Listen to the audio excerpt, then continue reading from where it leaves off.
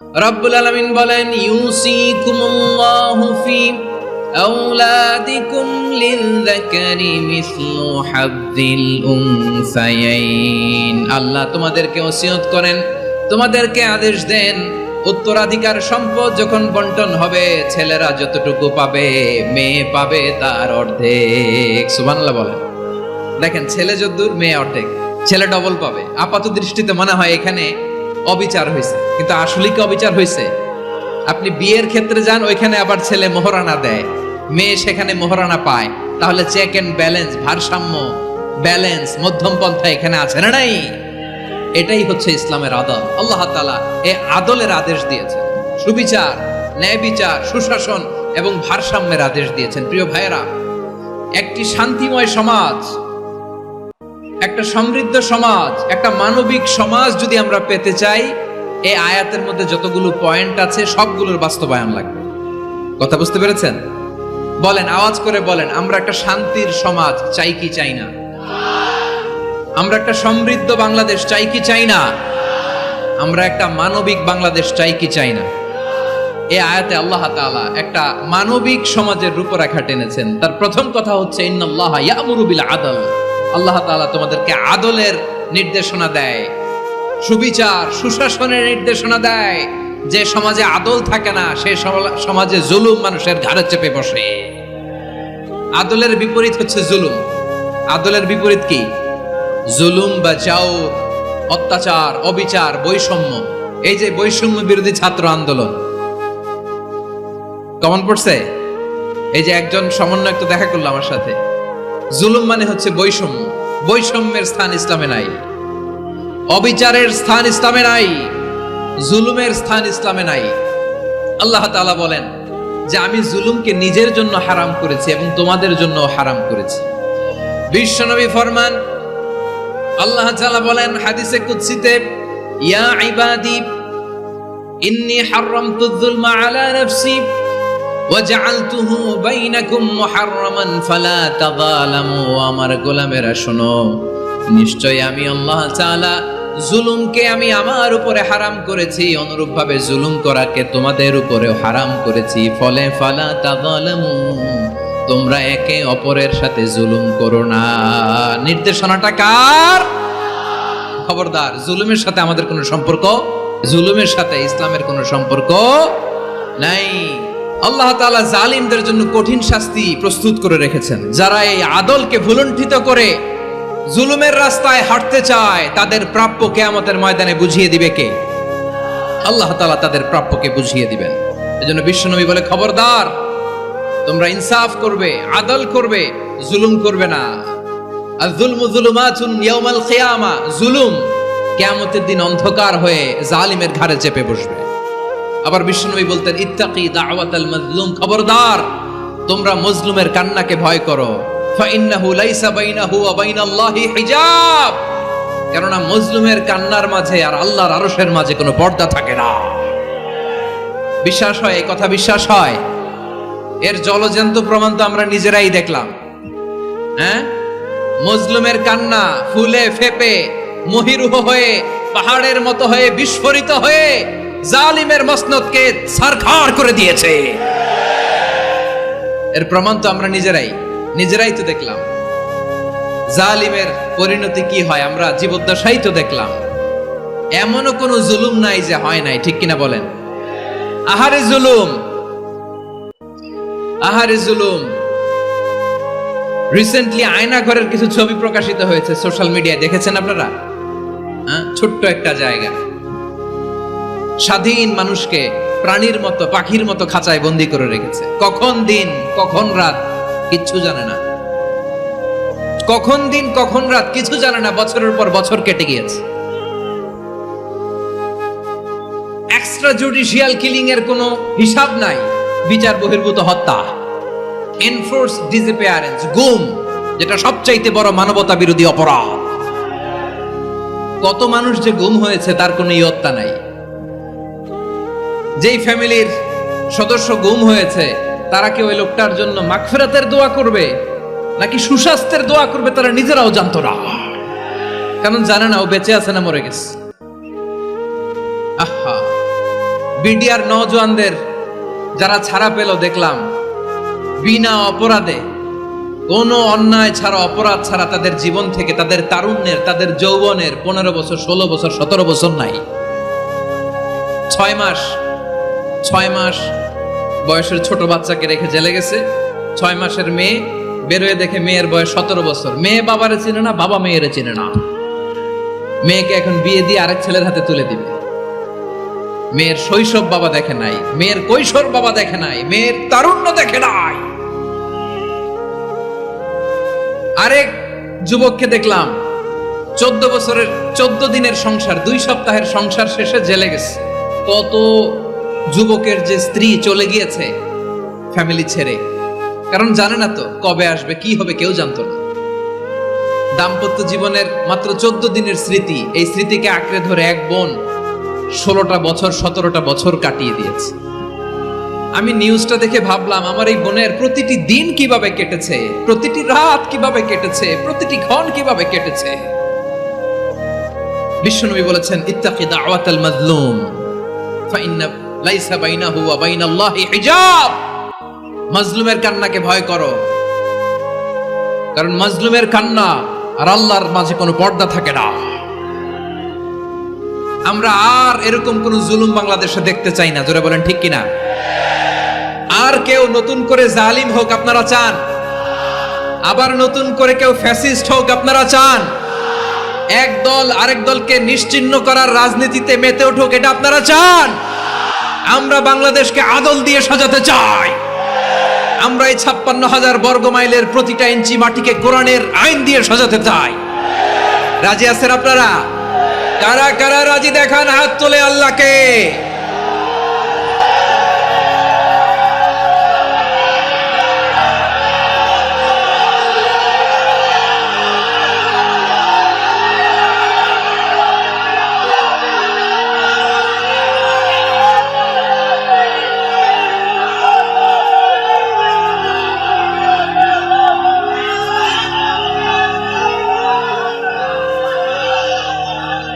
বসুন আমার প্রিয় বীর চট্টলার তৌহিদি মুসলমান, আমরা আর নতুন করে কেউ জালিম হোক এটা চাই না। নতুন করে আবার কেউ ফ্যাসিস্ট হোক আমরা চাই না। এক দল আরেক দলকে নিশ্চিহ্ন করার রাজনীতি করুক আমরা চাই না। আমরা সুশাসনের বাংলাদেশ চাই। আমরা মানবিক বাংলাদেশ চাই। আমরা একটা সমৃদ্ধ বাংলাদেশ চাই। আমরা বিশ্বের বুকে সম্মান নিয়ে মাথা উঁচু করে দাঁড়াতে চাই, ঠিক কিনা বলেন? আল্লাহ বললেন, এটা যদি তোমরা চাও, একটা সমৃদ্ধ সমাজ যদি বিনির্মাণ করতে চাও, মানবিক সমাজ যদি বিনির্মাণ করতে চাও, আমি তোমাদেরকে সেজন্য প্রথমে আদালতের নির্দেশ দিলাম। ইন্নাল্লাহা ইয়া'মুরু বিল আদল, নিশ্চয় আল্লাহ তাআলা তোমাদেরকে ন্যায় বিচার, সুশাসন এটার আদেশ দেন। সুবহানাল্লাহ। আদাল, ন্যায় বিচারের আদেশ আল্লাহ তাআলা কোরআনের বিভিন্ন আয়াতে দিয়েছেন। আল্লাহ তাআলা বলছেন, ইন্নাল্লাহা ইয়া'মুরুকুম আন তুআদ্দুল আমানাতি ইলা আহলিহা ওয়া ইযা হাকামতুম বাইনান নাসি আন তাহকুমু বিল আদল ইন্নাল্লাহা নি'ম্মা ইয়া'iদুকুম বিহি ইন্নাল্লাহা কানা সামিআন বাসীরা। আল্লাহ তাআলা বললেন, আল্লাহ আদেশ দিচ্ছেন, যে ব্যক্তি আমানতের হকদার তার হাতে তোমরা আমানত পৌঁছে দাও। আর যখন তোমরা বিচার কার্য করবে, বিচার ফয়সালা করবে, আদালতের সাথে করো। সুবহানাল্লাহ বলেন। ওয়া ইযা হাকামতুম বাইনান নাসি আন তাহকুমু বিল আদল, আদালতের সাথে করবা। আল্লাহ তাআলা বলেন, যারা জাজ হবে, বিচারক হবে, তাদের যদি বাদী বিবাদীর কারোর সাথে শত্রুতা থাকে, কারোর সাথে যদি কোনো ধরনের রেষারেষি থাকে, আল্লাহ বলেন বিচার কার্য করতে যে ওই শত্রুতা রেষারেষির কারণে আদালতের বাইরে যে অবিচার করে বিচার করো না। ওয়ালা ইয়াজরিমান্নাকুম শানাআনু কওমিন আলা আল্লা তা'দিলু ই'দিলু হুয়া আকরাবু লিত্তাকওয়া ওয়াত্তাকুল্লাহা ইন্নাল্লাহা খাবীরুম বিমা তা'মালুন। খবরদার কোন জাতির প্রতি, কোন গোষ্ঠীর প্রতি, কোন গোত্রের প্রতি আক্রোশ যেন তোমাদেরকে ন্যায় বিচার থেকে দূরে সরিয়ে না দেয়, বরং আমি আল্লাহর আদেশ হলো ই'দিলু, তোমরা আদল করো, ন্যায় বিচার করো, সুবিচার করো, সুশাসন প্রতিষ্ঠা করো। হুয়া আকরাবু লিত্তাকওয়া, এটাই তাকওয়ার সবচেয়ে কাছাকাছি। সুবহানাল্লাহ বলেন।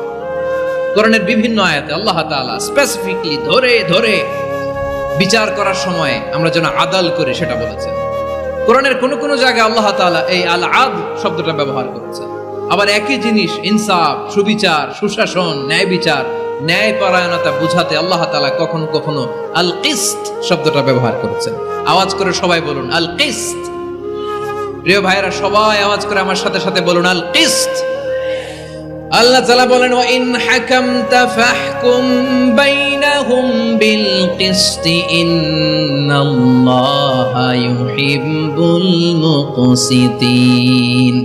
যখন তুমি বিচার করবে, বিশ্বনবীকে উদ্দেশ্য করে অ্যাড্রেস করে বললেন, নবী হে, ইহুদিরা কোনো বিষয়ে মীমাংসার জন্য যদি আপনার দরবারে আসে, যদি বিচার করতে হয়, খবরদার অবিচার করবেন না। ফয়সালা যেটা করবেন কিসতের সাথে করবেন, ন্যায় পরায়ণতার সাথে করবেন, কারণ ইন্নাল্লাহা ইউহিব্বুল মুকসিতিন, নিশ্চয় আল্লাহ রাব্বুল ইজ্জাত ন্যায় পরায়ণশীলদেরকে বড্ড ভালোবাসেন। সুবহানাল্লাহ বলেন।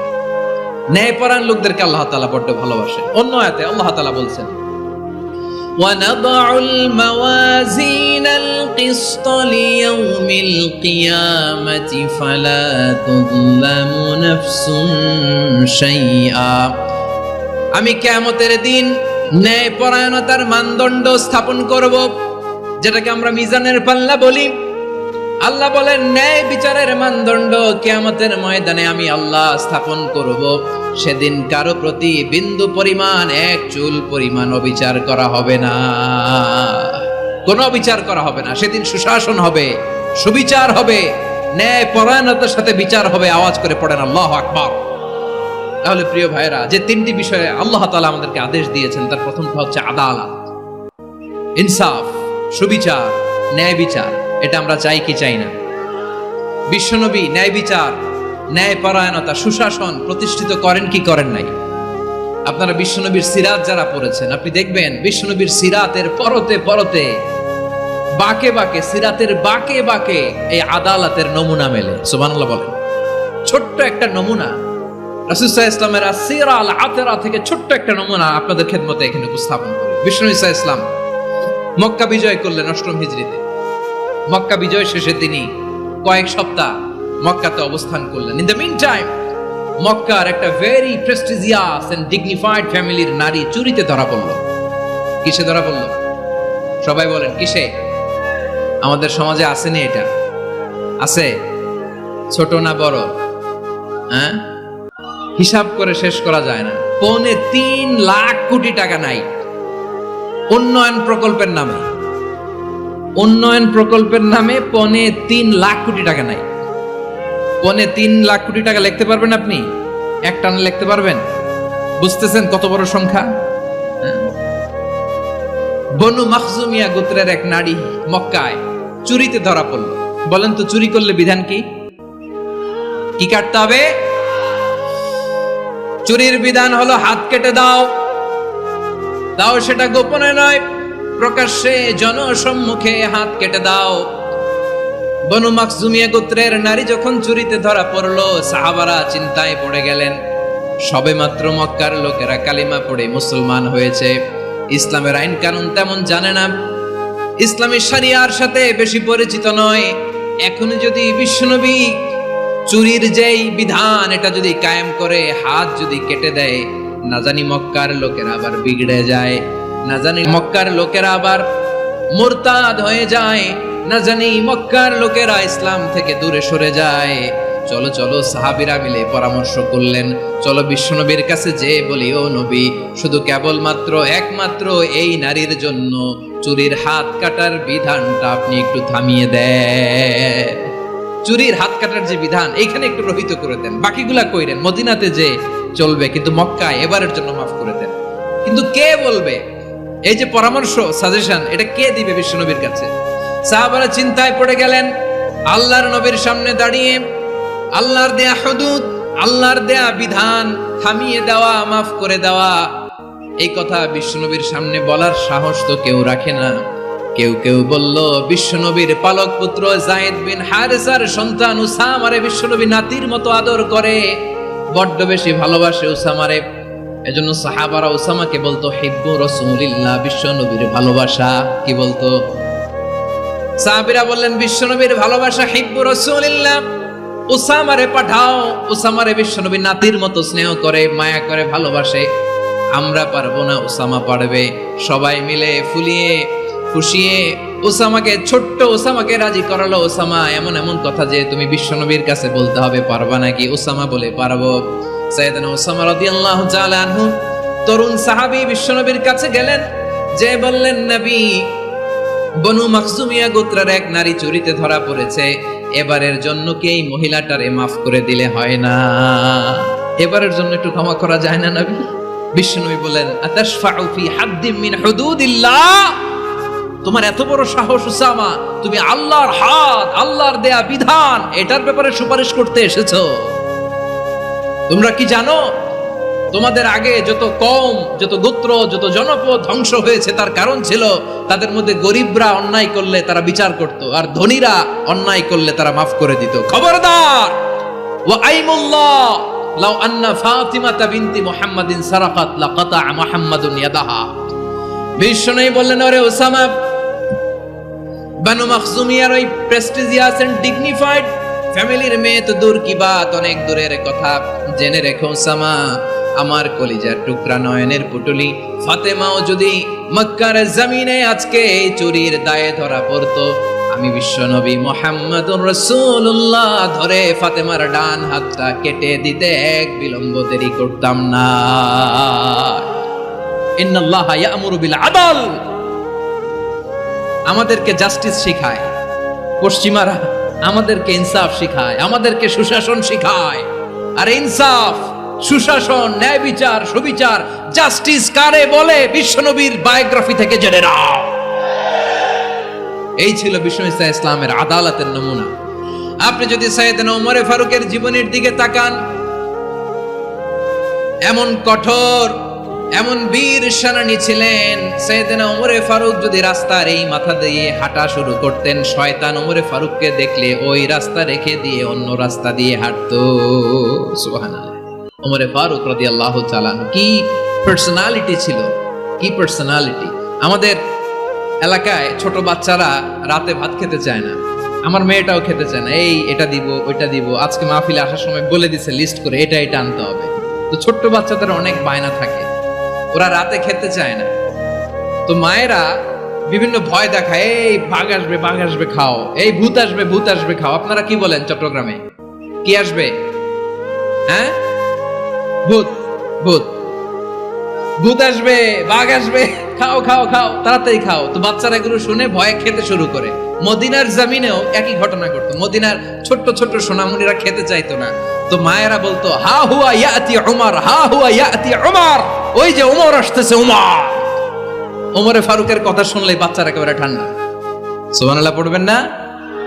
প্রভু তুমি বলেছ রাসূল দেবে না, বলনি দেবে না ওমর, বলনি দেবে না হামজা তারিক, খালিদ বিজয় সমর। প্রভু তুমি বলেছ রাসূল দেবে না, বলনি দেবে না ওমর, বলনি দেবে না হামজা তারিক, খালিদ বিজয় সমর। প্রভু তুমি বলেছ রাসূল দেবে না। আল্লাহু আকবার। ওমর ফারুক রাদিয়াল্লাহু তাআলা আনহু, ওনার কথা শুনলে গায়ের মধ্যে গুজবাম হয়, গায়ের পশমগুলো দাঁড়িয়ে যায়। সুবহানাল্লাহ বলেন। কি পার্সোনালিটি ছিল, কি ব্যক্তিত্ব ছিল! মুনাফিকরা ওমর ফারুককে জমের মতো ভয় পেতেন। শয়তান, খোদ শয়তান, শয়তান অন্য রাস্তা দিয়ে হাঁটত। ওমরে ফারুক রাদিয়াল্লাহু তাআলা আনহুর জীবনে যদি দেখেন, তাহলে সেখানে আপনি আদালতের, ইনসাফের, সুশাসনের, জাস্টিসের নমুনা দেখতে পাবেন। কয়টা শুনবেন? সাইয়েদনা ওমরে ফারুকের রাদিয়াল্লাহু তাআলা আনহুর সন্তান আব্দুর রহমান মিশরে মদ খেয়ে মদ্যপ অবস্থায় ধরা পড়েছে। মদ খাওয়ার কারণে, মদ যদি কেউ পান করে আর যদি প্রমাণিত হয়, তার বিচার হলো 80 বেত। আওয়াজ করে বলেন কয় বেত? বাংলাদেশেও তো এই আইন আছে নাকি? বাংলাদেশে আছে? হ্যাঁ, মদ খাইলে 80 বেত, এই আইন বাংলাদেশে চালু হোক। আমরা চাই কি চাই না? চাই সবাই। এজন্যই তো ইসলাম ভাল লাগে না। ইসলামকে ভাল লাগে না। ইসলামকে আউট করে রাখতে পারলেই তো এরকম বড় বড় বোতল খাওয়া যায়। একেবারে সহজ, পানির মতো সহজ, হিসাব একেবারে সহজ।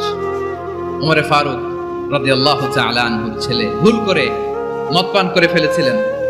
আব্দুর রহমান, ঘটনা ঘটেছে মিশরে। মিশরের গভর্নর তখন আমর ইবনে আস রাদিয়াল্লাহু তাআলা আনহু। আব্দুর রহমানের ভাই যে গভর্নরকে বলল, গভর্নর যদি একটু দয়া করেন, খলিফার ছেলে আমার ভাই আব্দুর রহমান মদ্যপ অবস্থায় ধরা পড়েছে, জনসম্মুখে যদি আপনি বেত্রাঘাত করেন, আমাদের প্রেস্টিজ থাকে না। যদি 80 বেত আপনি মারেন, আমার কোনো কথা নাই, কিন্তু ঘরের ভেতরে মারেন। আব্দুর রহমানের ভাইয়ের সুপারিশ শুনে সাইয়েদনা আমর ইবনে আস রাদিয়াল্লাহু তাআলা আনহু রাজি হয়ে গেলেন। ঘরের ভেতরে লোকচক্ষুর আড়ালে 80 বেত তিনি মানলেন। কিন্তু ঘটনাক্রমে এই কথা লুকিয়ে লুকিয়ে ঘরের ভেতরে 80 বেত মারার কথা সাইয়েদনা ওমর ফারুক মদিনা থেকে জানতে পারলেন। মদিনা থেকে তিনি ফরমান জারি করলেন, এই বিচার যেমনটি আমর ইবনে আস আদায় করেছে, এটা প্রকৃতপক্ষে আদায় হয় নাই। আসো সবাই মদিনায় আসো, আমর ইবনে আস মদিনায় আসো, আব্দুর রহমানও আসো, সবাই আসো, জনসম্মুখে এই বিচার কার্যকর করতে হবে। সাইয়েদনা ওমর ফারুক মসজিদে নববীর পিলারের মধ্যে নিজের ছেলেকে বাঁধলেন, আবার জনসম্মুখে 80টা বেত তার গায়ের মধ্যে মারলেন। মাজমুয়ে ফাতাওয়া ইবনে তাইমিয়া রাহিমাহুল্লাহ উনি এটা নকল করেছেন। এটা সবচেয়ে বিশুদ্ধ মত। আর অনেক মত আছে, মারা গেছে কবরের উপর, ওগুলো বাদই দিলাম। কেমন খলিফা ছিল, কেমন খলিফা! পশ্চিমারা তোমরা জাস্টিস আমাদেরকে শেখাও, ইনসাফ কারে বলে, সুশাসন আমাদেরকে তোমরা শেখাও। ওমরে ফারুক রাদিয়াল্লাহু তাআলা ওই বিচারকে তিনি ধর্তব্য মনে করেন নাই। মদিনাতে এনে আবার জনসম্মুখে আবার 80 বেত মেরেছেন। মিশরে ওমরে ফারুক রাদিয়াল্লাহু তাআলা আনহু আমর ইবনে আসকে গভর্নর করে পাঠালেন। সেখানে আমর ইবনে আসের ছেলে একটা প্রতিযোগিতায় রানার আপ হয়েছে। এক মিশরি সেখানে চ্যাম্পিয়ন হয়েছে। রানার আপ বুঝতে পেরেছেন তো? রানার আপ সেকেন্ড হয়েছে, এক মিশরি হয়েছে চ্যাম্পিয়ন প্রথম। কিন্তু গভর্নরের ছেলে ও জিততে পারে নাই। ও রাগে ওই মিশরির গায়ের মধ্যে কয়েকটা লাঠি দিয়ে বাড়ি মেরেছে। মিশরি যে মদিনাতে ওমরে ফারুকের কাছে বিচার দিলেন, আপনার গভর্নরের ছেলে অন্যায়ভাবে আমার গায়ে হাত তুলেছে। সাইয়েদনা ওমরে ফারুক আবার ফরমান জারি করলেন, আসো মদিনাতে আসো। মিশরীকে ডাকলেন। ওই মিশরের গভর্নর আমর ইবনে আস রাদিয়াল্লাহু তাআলা আনহুকে ডাকলেন, তার ছেলেকেও ডাকলেন। সবাই বসে রইল। আমর ইবনে আস রাদিয়াল্লাহু তাআলা আনহু মাথা নিচু করে বসে আছেন, লজ্জায় কাচুমাচু। হায় হায়, আজকে আমার ছেলের কারণে আমিরুল মুমিনিন খলিফাতুল মুসলিমিন ওমরে ফারুকের কাছে আমি জনসম্মুখে লজ্জিত হচ্ছি। সাইয়েদনা ওমরে ফারুক বললেন, এই নাও লাঠি, গভর্নরের ছেলে তোমার মাথার মধ্যে যতগুলো বাড়ি মেরেছে, আজকে জনসম্মুখে তুমি অতগুলা বাড়ি মারো। মিশরি বলে, থাক, আপনি যে ডেকে আনছেন সবার সামনে এটা বলছেন, এতেই আমি খুশি। আল্লাহু আকবার।